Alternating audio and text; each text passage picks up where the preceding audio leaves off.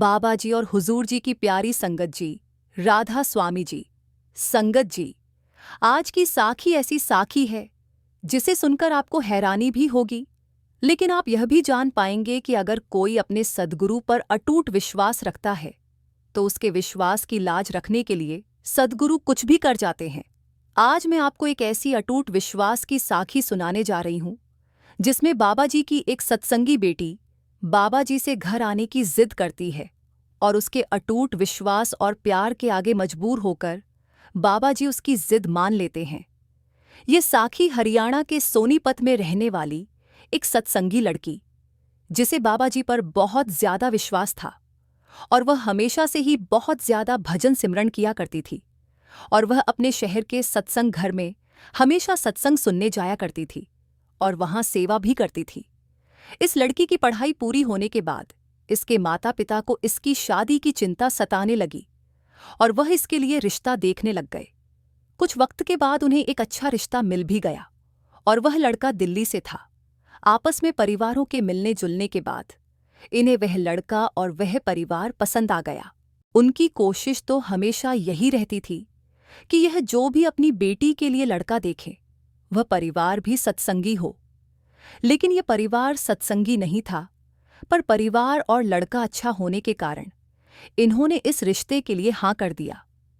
कुछ महीनों के बाद इन दोनों की शादी कर दी गई। अब क्योंकि यह लड़की बहुत ज्यादा भजन सिमरन पर बैठा करती थी, तो अपने ससुराल में घर का सारा काम निपटाने के बाद वक्त मिलते ही यह भजन सिमरन पर बैठ जाती थी और अक्सर सत्संग पर भी चला जाया करती थी। क्योंकि इसके ससुराल वाले सत्संगी नहीं थे, तो उन्हें इस लड़की के भजन सिमरन करने और सत्संग घर जाने में परेशानी होने लगी। उन्हें अपनी बहू का यह सब करना अच्छा नहीं लग रहा था। बस कुछ दिन बीते ही थे कि इस लड़की की सास ने इसे रोकना टोकना शुरू कर दिया। वह कुछ ऐसा करती कि लड़की भजन सिमरन पर बैठ ही नहीं पा रही थी। जब भी अपना काम निपटाकर यह लड़की भजन सिमरन को वक्त देने की कोशिश करती, तभी इसकी सास इसे आवाज लगाकर कोई न कोई काम बता देती और इस लड़की की सास ने सत्संग घर जाने से तो साफ इनकार कर दिया था। उनका कहना था कि क्या ही करना है वहां जाकर, नहीं कोई भगवान की मूर्ति है, नहीं कोई जोत जगाई हुई है, आखिर वहां तुम करती क्या हो? जिसको तुम सेवा कहती हो वह मुफ्त की मजदूरी है और उधर जाकर मजदूरी करने से अच्छा है कि तुम घर के ही कोई काम निपटा लिया करो। अभी लड़की उस परिवार में नई नई थी, इसलिए उसने अपनी सास की बात का जवाब देना ठीक नहीं समझा और चुपचाप उनकी बात मान गई। सत्संग घर जाना तो उसका बंद हो ही चुका था। भजन सिमरन के लिए भी वह बहुत कम वक्त निकाल पा रही थी। लड़की का सत्संग घर जाना और भजन सिमरन करना लड़की की सास के साथ साथ उसके पति और ससुर को भी पसंद नहीं था, क्योंकि वह ऐसा मूर्ति पूजा किया करते थे और उसे भी यही सब करने को कह रहे थे। लड़की को मंदिर जाने या पूजा पाठ करने से कोई आपत्ति नहीं थी, क्योंकि बाबा जी ने अपनी संगत को कोई ऐसा हुक्म नहीं दिया कि वह मूर्ति पूजा ना करे या फिर मंदिर में ना जाए। बाबा जी बस यही कहते हैं कि जहां मर्जी जाओ, जैसे मर्जी पूजा करो, लेकिन अपना असली मकसद नहीं भूलना।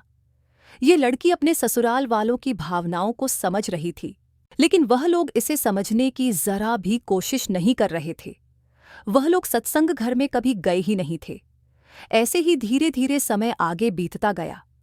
लड़की के भजन सिमरन में रुकावट आने के कारण और सत्संग घर जाने पर भी पाबंदी लगने के कारण वह लड़की बहुत परेशान रहने लग गई। एक बार वह लड़की कुछ वक्त के लिए अपने मायके रहने के लिए गई और वहां जाकर वह सत्संग घर भी गई। वहां उसे एक बहुत कमाई वाली अम्मा मिली। वह पहले भी इस लड़की को वहां मिला करती थी और वह इस लड़की को अपने बच्चों की तरह प्यार करती थी। जब यह लड़की उस अम्मा के सामने गई, तब अम्मा ने इसे देखते ही कह दिया कि बेटा, अब तू भजन सिमरन को वक्त क्यों नहीं दे रही है? ये बात सुनते ही लड़की बहुत ज्यादा रोने लग गई और उसने अम्मा के साथ सारी बात साझा कर ली। अम्मा ने उसे कहा कि रो मत, अगर तेरी सास तुझे दिन में भजन सिमरन के लिए बैठने नहीं देती तो कोई बात नहीं। सुबह 3 बजे उठ और भजन सिमरन पूरा कर। उस वक्त तेरे परिवार के सब लोग सो रहे होंगे, तुझे कोई तंग नहीं करेगा। ये बात उस लड़की को भी सही लगी।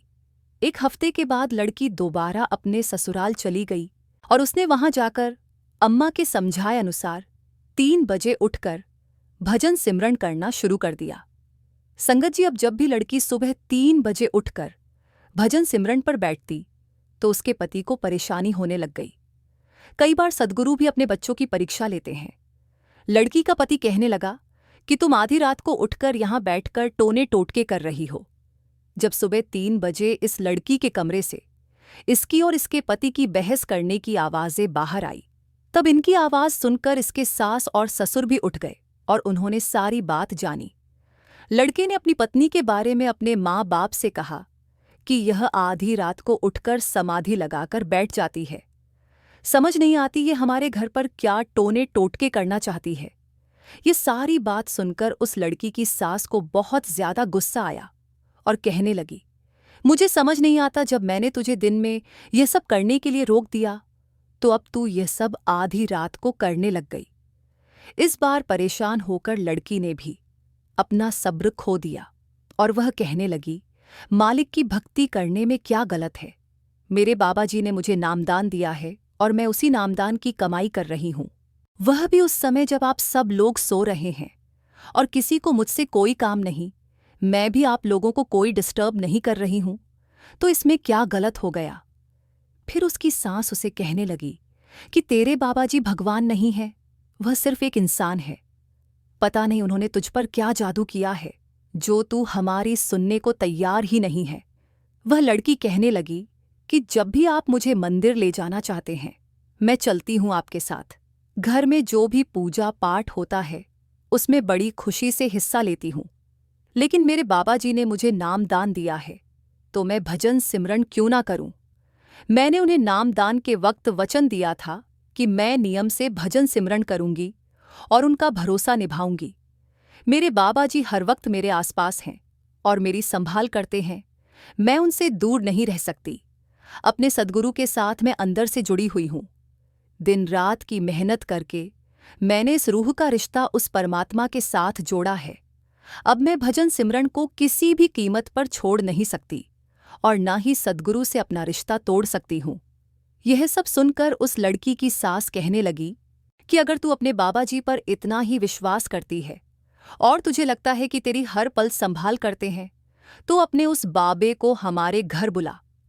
हम भी देखना चाहते हैं कि यह रिश्ता सिर्फ तू निभा रही है या वह भी तेरी परवाह करते हैं। लड़की की सास कहने लगी कि तू अपने बाबा को परमात्मा का रूप बता रही है। अगर वह इतना शक्तिशाली है तो वह तुम्हारी पुकार भी सुनता ही होगा। बुला अपने बाबा को हमारे घर पर। उसकी सास ने कहा कि अगर आने वाले 1 हफ्ते के अंदर तेरा बाबा हमारे घर आ गया तो हम कभी भी तुझे भजन सिमरन करने के लिए या सत्संग घर जाने के लिए नहीं रोकेंगे, और अगर तेरी पुकार तेरे बाबा ने नहीं सुनी तो तुझे अपने बाबा को भूलना पड़ेगा और हमारे साथ मंदिर चलकर हमेशा वहां पूजा पाठ करना होगा। इसके बाद से लड़की बस हमेशा बाबा जी से अरदास करने लगी और कहने लगी कि बाबा जी, मुझे आप पर पूरा विश्वास है, आप अपनी बेटी की लाज जरूर रखोगे। आपको पता है कि ना तो मैं भजन सिमरन के बिना रह सकती हूं और ना ही आपके बिना, और मैं यह भी नहीं चाहती कि मेरे ससुराल से मेरा रिश्ता टूट जाए, क्योंकि अगर ऐसा कुछ हुआ तो दुनिया की उंगलियां सिर्फ मुझ पर और मेरे माँ बाप पर ही उठेंगी, और मैं नहीं चाहती कि मेरे कारण मेरे बाबा को कोई तकलीफ हो। वह बाबा जी की तस्वीर के आगे बैठकर रोती रहती। वह हमेशा बाबा जी से जिद करने लगी कि उन्हें उसके घर आना ही पड़ेगा। उन दिनों बाबा जी का सत्संग दिल्ली के छतरपुर में होना था। एक दिन सत्संग करने के बाद शाम के वक्त बाबा जी ने अपने ड्राइवर को अपने पास बुलाया और उसे कहा कि चलो थोड़ा सा दिल्ली शहर घूम कर आते हैं। संगत जी, अब जो होने वाला था उसे चाहे आप सब लोग इत्तेफाक समझो या फिर बाबा जी का अपनी बेटी के लिए प्यार। जब बाबा जी गाड़ी में घूम रहे थे तो अचानक बहुत तेज बारिश होने लग गई और दिल्ली में बहुत जल्दी ही सड़कों पर पानी भर जाता है, जिस कारण उनकी गाड़ी बंद हो गई। और जिस जगह बाबा जी की गाड़ी बंद हुई उस लड़की का ससुराल भी वहीं पर था। ड्राइवर ने बहुत कोशिश की लेकिन गाड़ी स्टार्ट नहीं हुई। तब ड्राइवर सत्संग घर में फोन किया और बाबा जी के लिए दूसरी गाड़ी मंगवा ली। दूसरी गाड़ी के इंतजार के वक्त में बाबा जी कार से उतरे और ड्राइवर भी गाड़ी से बाहर निकलकर बाबा जी के लिए छाता लेकर गया। बाबा जी ने ड्राइवर से कहा, जब तक दूसरी गाड़ी नहीं आ जाती तब तक सामने वाले घर में बैठकर इंतजार कर लेते हैं। ड्राइवर ने उस लड़की के घर की बेल बजाई। दरवाजा उस लड़की की सांस ने खोला और अपने सामने ड्राइवर के साथ बाबा जी को साक्षात खड़ा देखकर वह हैरान रह गई। उसे अपनी आंखों पर विश्वास ही नहीं हुआ। वह कुछ बोल ही नहीं पाई और दरवाजे से हट गई ताकि बाबा जी अंदर आ सके। अंदर आते ही बाबा जी ने लड़की की सांस से पूछा कि मेरी बेटी कहाँ है। लड़की की सांस हैरान हो गई और पूछने लग गई कि आप किसकी बात कर रहे हो। तब बाबा जी ने कहा, मैं अपनी बेटी की बात कर रहा हूं जिसकी आपके बेटे के साथ शादी करके आपके घर दिया है। आवाज सुनकर वह लड़की भी अपने कमरे से बाहर आई और बाबा जी को देखकर उसकी खुशी का ठिकाना ही नहीं रहा। बाबा जी को देखते ही उसने कहा कि मुझे पता था बाबा जी कि आप अपनी बेटी के लिए जरूर आओगे। उस वक्त लड़की की आंखों में खुशी के आंसू थे। इसके बाद उस लड़की ने बाबा जी और बाबा जी के ड्राइवर को पानी पिलाया और उनके लिए चाय बनाई। ये नज़ारा देखकर लड़की की सांस समझ ही नहीं पा रही थी कि यह सब सच कैसे हुआ, क्योंकि इतना तो वह भी जानती थी कि इस लड़की के जो गुरु है उनकी बहुत ज्यादा संगत है और वह ऐसे ही किसी से नहीं मिलते होंगे। थोड़ी देर बैठने के बाद बाबा जी वहां से चले गए। बाबा जी के जाने के बाद लड़की की सांस लड़की की तरफ हैरानी से देखने लगी और फिर उससे माफी मांगने लगी, क्योंकि अब वह समझ गई थी कि बाबा जी कोई आम इंसान नहीं। उन्होंने अपनी बेटी की प्रार्थना इतनी दूर से ही सुन ली और उसकी लाज रखने के लिए आ गए। वह समझ गई कि बाबा जी खुद परमात्मा का रूप है। लड़की की सास ने यह बात लड़की के ससुर और लड़की के पति को भी बताई और यह सब सुनने के बाद वह भी हैरान रह गए।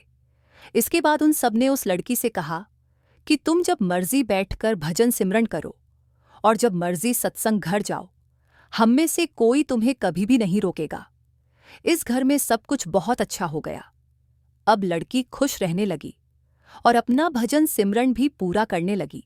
धीरे धीरे लड़की की सास लड़की के व्यवहार से काफी प्रभावित हुई और उसने भी लड़की के साथ सत्संग घर जाना शुरू कर दिया और वहां जाकर उसे बहुत अच्छा लगा और धीरे धीरे लड़की की सास ने भी वहां जाकर सेवा करनी शुरू कर दी। संगत जी, इस साखी से हमें यही सीख मिलती है कि हालात हमें कई बार मजबूर कर देते हैं कि हमारा विश्वास उस मालिक के ऊपर से डगमगा जाए, लेकिन हमें हालातों का डटकर सामना करना है और उस मालिक के ऊपर से कभी भी अपना विश्वास नहीं हटाना। इस लड़की की हालात ही देख लीजिए। मायके में से किसी तरह की कोई रोक टोक नहीं थी। इसका पूरा मायका सत्संगी था, लेकिन अचानक से इसके लिए इसकी पूरी दुनिया ही बदल गई और ऊपर से बाबा जी से भी इसे दूर करने की कोशिश की गई, लेकिन इसने बाबा जी पर विश्वास बनाकर रखा और बाबा जी ने भी इसका विश्वास टूटने नहीं दिया। भजन सिमरन करने वाली रूहों को ऐसे चमत्कार देखने को मिल ही जाते हैं। साध संगत जी, अगली साखी को भी अंत तक सुने, क्योंकि साखी को सुनकर आपको अपने गुरु पर पूरा विश्वास हो जाएगा।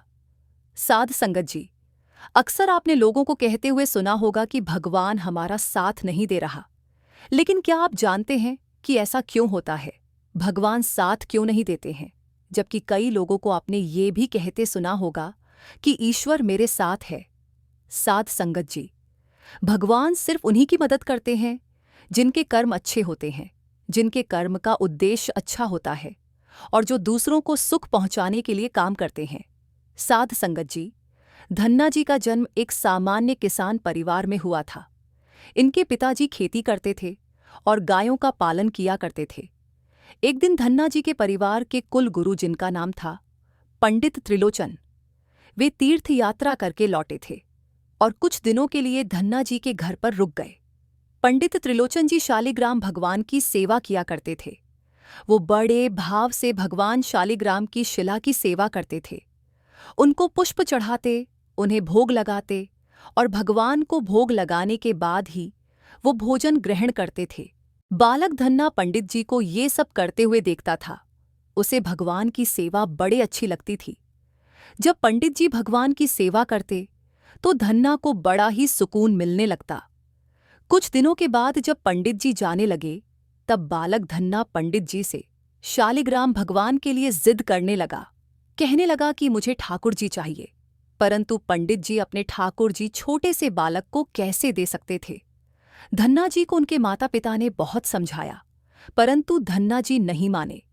अंत में लोगों ने पंडित जी से कहा कि ये तो बालक है, इसे शालिग्राम जैसा कुछ और देकर के बहला फुसला दो। अगले दिन पंडित जी नदी में स्नान करने गए। वहां से वो एक गोल मटोल थोड़ा बड़ा सा काले रंग का पत्थर ले आए। वो धन्ना जी के पास आकर बोले, मैं तुम्हें अपने ठाकुर जी को दे दूंगा, लेकिन मेरे पास 2 ठाकुर जी हैं, बड़े ठाकुर जी और छोटे ठाकुर जी। तुम्हें कौन से ठाकुर जी चाहिए? धन्ना जी ने झट से जवाब दिया, मुझे तो बड़े ठाकुर जी चाहिए। पंडित जी भी यही चाहते थे। तब पंडित जी ने धन्ना जी को वो बड़ा काला पत्थर बड़े ठाकुर जी बताकर दे दिया। अब ठाकुर जी को पाकर धन्ना जी बहुत प्रसन्न हो गए, बड़े खुश हो गए। वो बड़े भाव से उनकी सेवा करने लगे। जब धन्ना जी गाय चराने के लिए खेतों की तरफ जाते तो ठाकुर जी को अपने साथ ले जाते। धन्ना जी की माँ ने उन्हें बाजरे की रोटी, साग, अचार और गुड़ खाने के लिए दिया। अब धन्ना जी ने भी निश्चय किया कि वह भी पंडित जी की तरह ही ठाकुर जी को जब तक भोग नहीं लगाएंगे और जब तक ठाकुर जी को खिला नहीं लेंगे, तब तक वो खुद भी भोजन नहीं करेंगे। धन्ना जी जब खेत में पहुंचे तो प्रेम से ठाकुर जी को पुकार कर कहने लगे कि ठाकुर जी, जब तक आप भोग नहीं खाएंगे तब तक मैं भोजन नहीं करूंगा। धन्ना जी ने निश्चय किया कि जब तक ठाकुर जी प्रकट होकर भोग नहीं लगाते, वो भी भोजन का एक टुकड़ा भी ग्रहण नहीं करेंगे। जब ठाकुर जी ने भोग नहीं लगाया तो धन्ना जी ने शाम को वो रोटी गाय को खिला दी। 3 दिन तक ऐसा ही चलता रहा। न ठाकुर जी भोग लगाते और न धन्ना जी भोजन करते। चौथे दिन की बात है, धन्ना जी की माता फिर से रोटी लेकर आई। अब धन्ना जी खेतों में जाकर जोर जोर से रोने लगे और ठाकुर जी से गुहार लगाने लगे। वो बोले, आप तो बड़े ठाकुर जी हैं, आपको तो लोग रोज 56 प्रकार का भोजन खिलाते होंगे, परंतु मैं तो बालक हूं, 3 दिन से भूखा हूं और परेशान हूं। क्या आपको मुझ पर दया भी नहीं आती? मुझ पर दया करके ही थोड़ा सा भोग लगा लो, जिससे मैं भी कुछ खा सकूं, क्योंकि पंडित जी ने कहा था कि आपको खिलाए बिना मैं कुछ नहीं खा सकता। इसलिए पहले आप खा लो, इसके बाद ही मैं खाऊंगा। धन्ना जी के भोलेपन से की गई प्रार्थना को सुनकर भगवान श्री कृष्ण साक्षात प्रकट हो गए। अपने ठाकुर जी को देखकर धन्ना जी बहुत प्रसन्न हो गए। उन्होंने ठाकुर जी को माँ की दी हुई बाजरे की रोटी, साग और गुड़ खाने को दे दिया। ठाकुर जी बड़े चाव से रोटी खाने लगे। 4 रोटी में से 2 रोटी ठाकुर जी ने खा ली। अब ठाकुर जी तीसरी रोटी खाने लगे। तब धन्ना जी ने उनका हाथ पकड़ लिया और कहा, सारी रोटियां आप ही खा जाएंगे क्या? मुझे भी तो भूख लगी है। तो मैं क्या खाऊंगा? मैं तो 4 दिनों से भूखा हूं। मैंने कुछ भी नहीं खाया है। 2 रोटी आपने खा ली, अब 2 रोटी मेरे लिए छोड़ दो। इसके बाद ठाकुर जी मुस्कुराने लगे और बची हुई 2 रोटियां धन्ना जी ने खाई, जो ठाकुर जी ने छोड़ी थी। अब तो उनका ये रोज का नियम बन गया था। धन्ना जी जब भी गाय चराने जाते तो भोजन खेत में जाकर ठाकुर जी के साथ ही करते थे। एक दिन ठाकुर जी ने धन्ना जी से कहा कि तुम रोज मुझे रोटी खिलाते हो, मैं मुफ्त में रोटी नहीं खाना चाहता था, मैं तुम्हारा कोई काम कर दिया करूंगा। धन्ना जी ने कहा, मैं तो बालक हूं, केवल गाय ही चराता हूं, मैं आपको क्या काम बता सकता हूं। तब ठाकुर जी ने कहा कि मैं तुम्हारी गाय ही चरा दिया करूंगा। उस दिन के बाद से ठाकुर जी धन्ना जी की गाय चराने लगे। एक दिन धन्ना जी ने ठाकुर जी से पूछा, आप मुझे अपने हृदय से क्यों नहीं लगाते? तब ठाकुर जी ने कहा, मैं तुम्हें प्रत्यक्ष हो गया हूं, लेकिन पूरी तरह से मैं तब मिलता हूं जब कोई सद्गुरु जीव को अपना लेता है। अभी तुमने अपने किसी गुरु की शरणागति ग्रहण नहीं की है, इसलिए मैं तुम्हें अपने हृदय से नहीं लगा सकता। तब धन्ना जी बोले, मैं तो जानता नहीं कि गुरु किसे कहते हैं, फिर मैं अपना गुरु कैसे बनाऊं? ठाकुर जी बोले, काशी में जगत गुरु श्री रामानंदाचार्य मेरे ही स्वरूप में विराजमान है। तुम जाकर उनकी शरण ग्रहण करो। ठाकुर जी के कहने के अनुसार धन्ना जी ने काशी जाकर रामानंदाचार्य जी की शरणागति कर ली। उस समय धन्ना जी की आयु लगभग 15 से 16 साल के आसपास थी। श्री रामानंदाचार्य जी ने धन्ना जी को अपने शिष्य के रूप में स्वीकार कर लिया और उन्हें आदेश दिया कि अब तुम अपने घर चले जाओ। धन्ना जी बोले, गुरुजी, अब मैं घर नहीं जाना चाहता। आप मुझे घर जाने का आदेश क्यों दे रहे हैं? गुरुजी बोले, अगर तुम यहाँ रहकर भजन करोगे तो केवल तुम्हारा ही कल्याण होगा, लेकिन अगर तुम अपने घर जाकर खेती किसानी करते हुए, अपने माता पिता की सेवा करते हुए भजन करोगे तो तुम्हारे साथ कई जीवों का उद्धार हो जाएगा। गुरुजी की आज्ञा के अनुसार धन्ना जी घर लौट आए। इसके बाद जैसे ही धन्ना जी घर पहुंचे, ठाकुर जी ने उन्हें अपने हृदय से लगा लिया।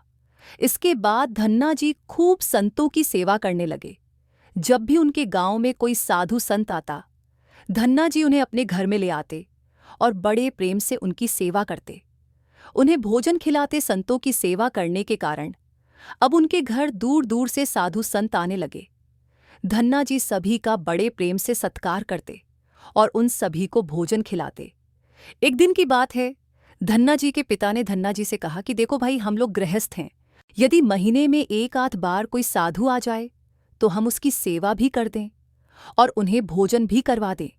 लेकिन तुम्हारी इन साधुओं से ऐसी दोस्ती हो गई है कि हर दूसरे दिन कोई ना कोई साधु चला आता है और अपने साथ एक दो और को भी ले आता है। ये ठीक नहीं है। हम अपनी खेती बाड़ी का काम करें या इन साधुओं की सेवा करें। तुम तो अभी बालक हो, कुछ कमाते नहीं हो, तुम्हारा पालन पोषण भी हम ही करते हैं और ऊपर से तुम साधुओं को बुला लाते हो। इस प्रकार इन निठल्ले साधुओं की सेवा करना ठीक नहीं है। इसलिए एक बात कान खोलकर सुन लो, आज के बाद यदि तुम किसी साधु को लेकर घर आए तो मैं तुम्हें घर में घुसने नहीं दूंगा। तुम्हें साधु की सेवा करनी है तो पहले कुछ कमाई करो, फिर अपनी कमाई से साधुओं की सेवा करना।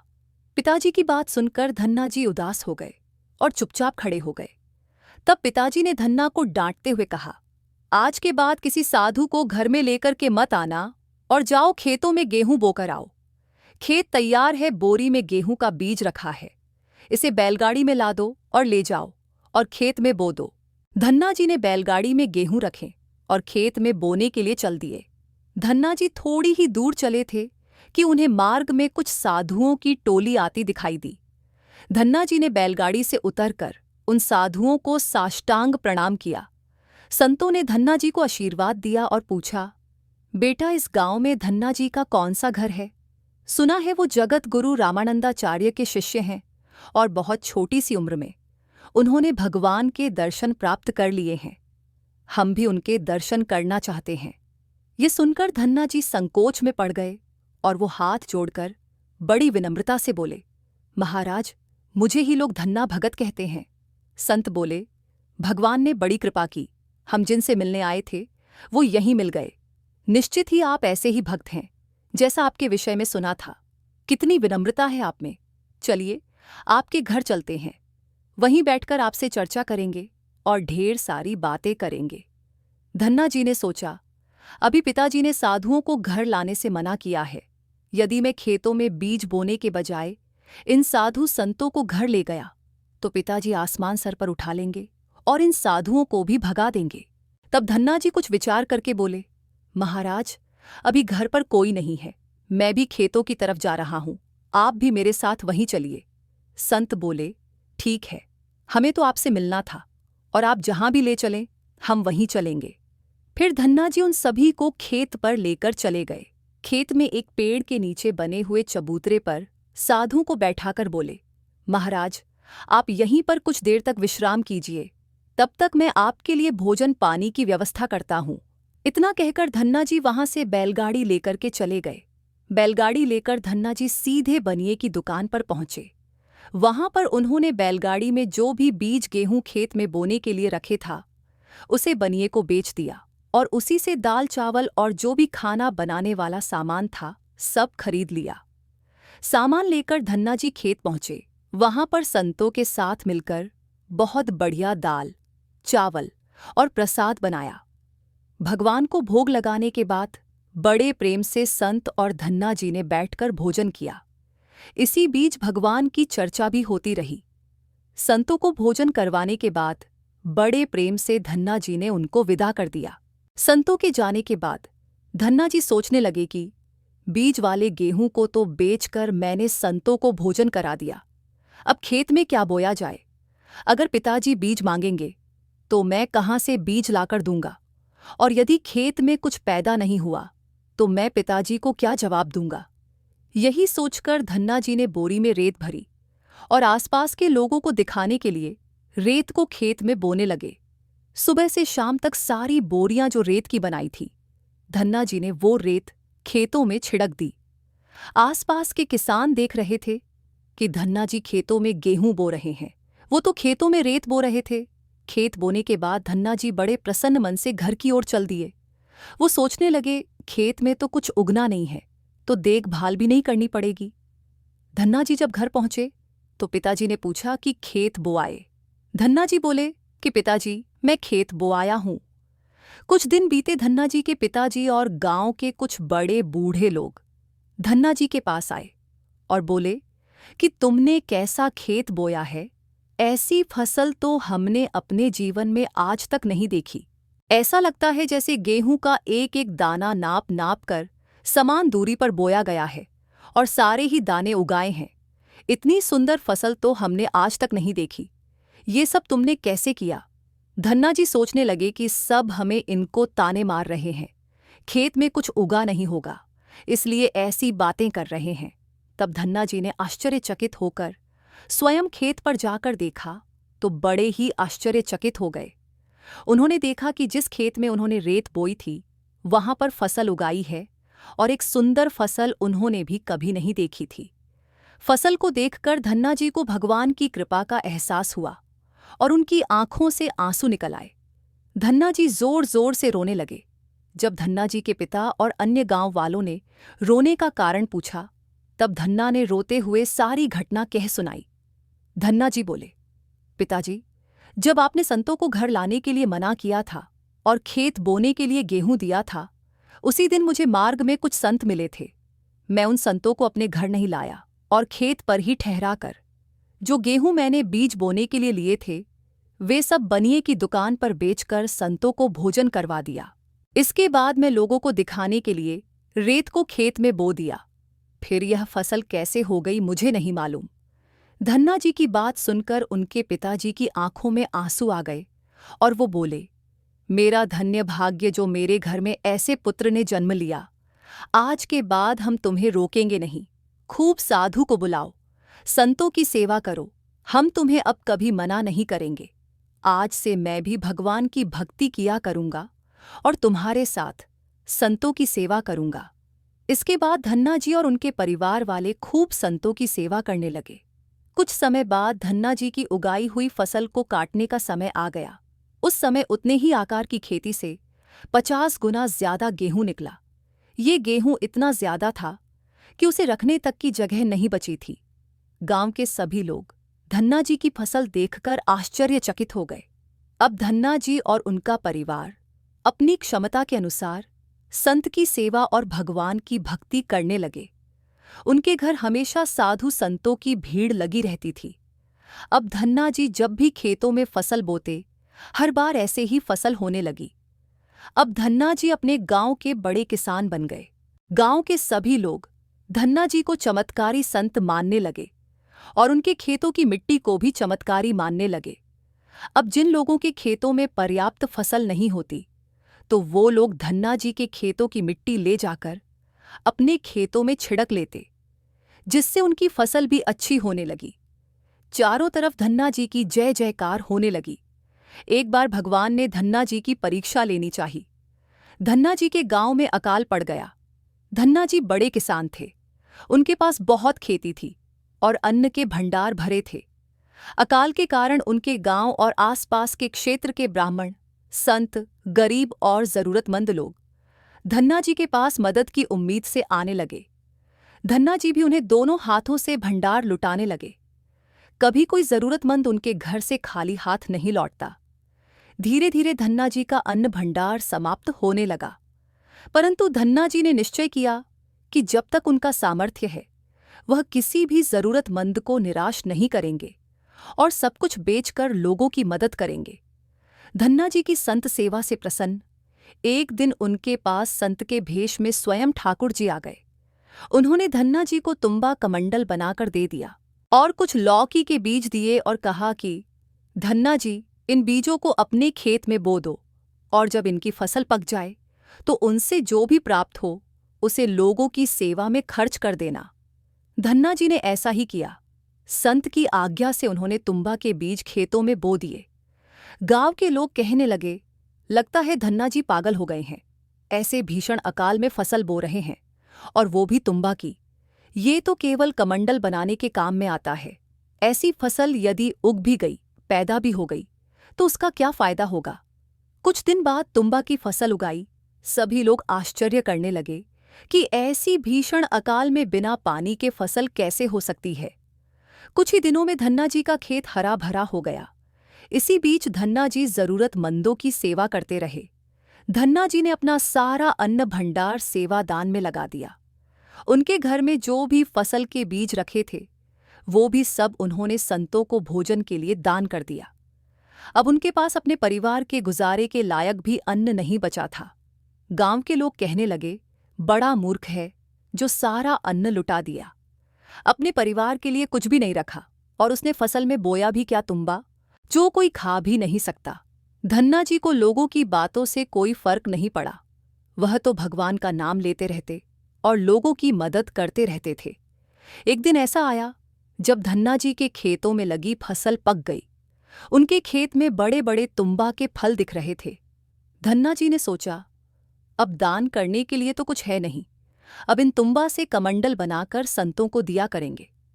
धन्ना जी खेतों में लगे सभी तुम्बा के फलों को तोड़कर घर ले आए। घर जाकर जैसे ही उन्होंने एक तुम्बा को कमंडल बनाने के लिए काटा, उन्होंने देखा कि तुम्बा हीरे मोती, जवाहरात और कीमती रत्न से भरा हुआ था। तुम्बा को कीमती रत्नों से भरा देखकर वे आश्चर्यचकित रह गए।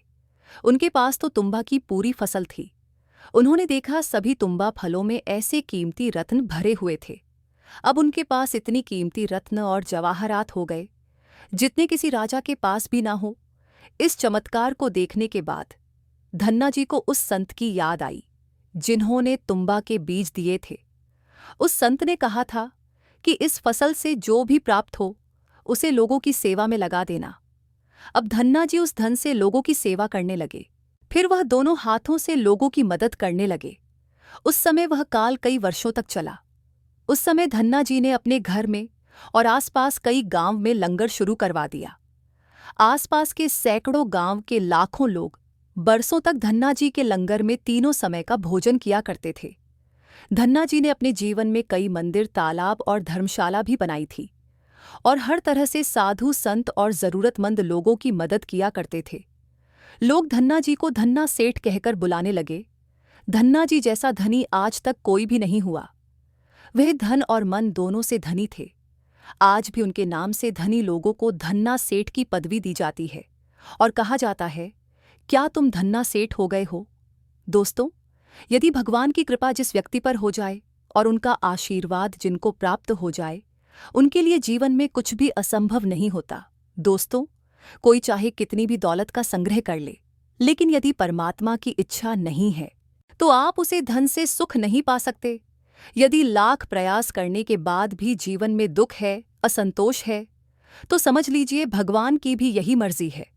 हो सकता है भगवान ने आपका थोड़ा सा अहित करके आपको बहुत बड़ा लाभ देने की योजना बनाई हो, लेकिन हम अज्ञानी लोग यही सोचते हैं कि भगवान हमारी कुछ मदद नहीं करता। साध संगत जी, ये थी हमारी आज की साखियां। ऐसे ही रूहानी साखियां और सत्संग सुनने के लिए हमारे चैनल को सब्सक्राइब कर लीजिए। राधा स्वामी जी।